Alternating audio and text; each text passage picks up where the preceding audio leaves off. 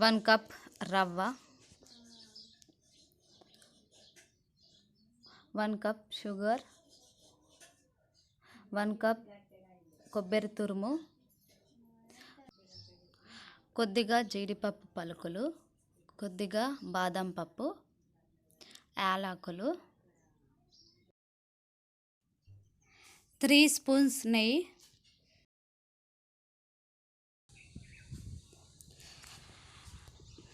Bowl వేడయ్యాక నెయ్యి add చేస్తున్నాను.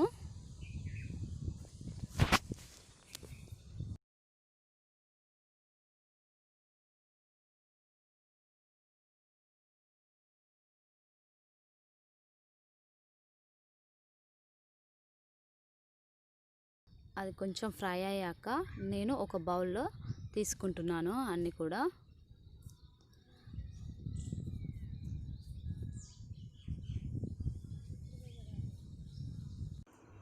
సో రవ్వ అనేది నేను యాడ్ చేశానండి. యాడ్ చేశాక నేను కలుపుతూ ఉన్నాను.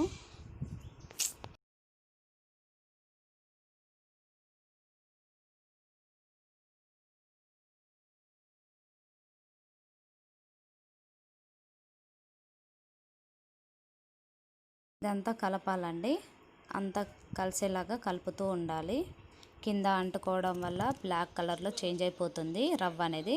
సో అలా చేంజ్ అవ్వడం వల్ల మనకు టేస్ట్ అనేది కూడా డిఫరెంట్గా వస్తుంది. సో మీరు వీలైనంత వరకు కలుపుతూనే ఉండాలండి. ఈవెన్ 20 మినిట్స్ వరకు కలపాలి.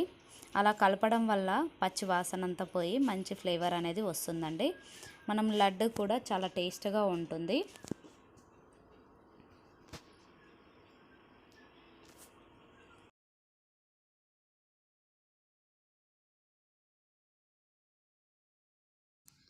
చూడండి, కలర్ అనేది ఇలా చేంజ్ అయ్యాక నేను కలపడం అనేది ఆపేస్తున్నానండి.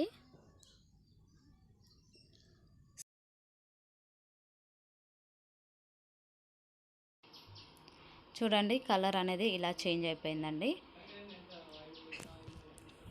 నెక్స్ట్ వచ్చేసి నేను కొబ్బరి తురుమును యాడ్ చేస్తున్నాను.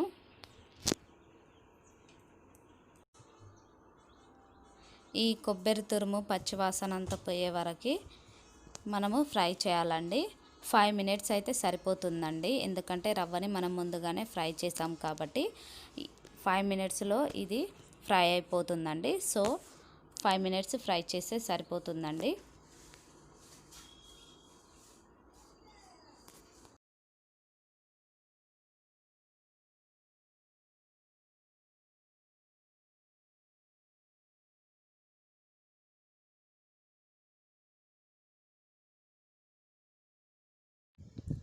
చూడండి, నేను కొబ్బరి తురుము అండ్ రవ్వని ఫ్రై చేశాక ఇలా కలర్ అనేది చేంజ్ అయిపోయిందండి. షుగర్ సిరప్ని తయారు చేస్తున్నానండి. సో ముందుగా నేను బౌల్ వేడయ్యాక ఒక 1 కప్ షుగర్ని యాడ్ చేశాను. నెక్స్ట్ వచ్చేసి 1 కప్ షుగర్ తీసుకున్నాను కాబట్టి 2 కప్స్ వాటర్ యాడ్ చేస్తున్నాను.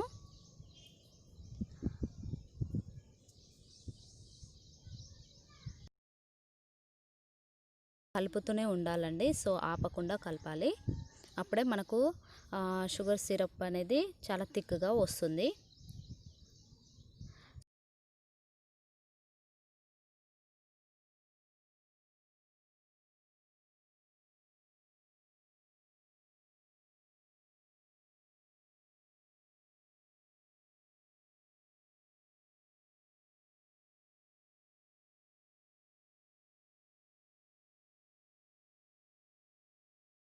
లాస్ట్కి వచ్చేసరికి నేను యాలకులని కచ్చాపచ్చగా దంచుకొని యాడ్ చేశానండి.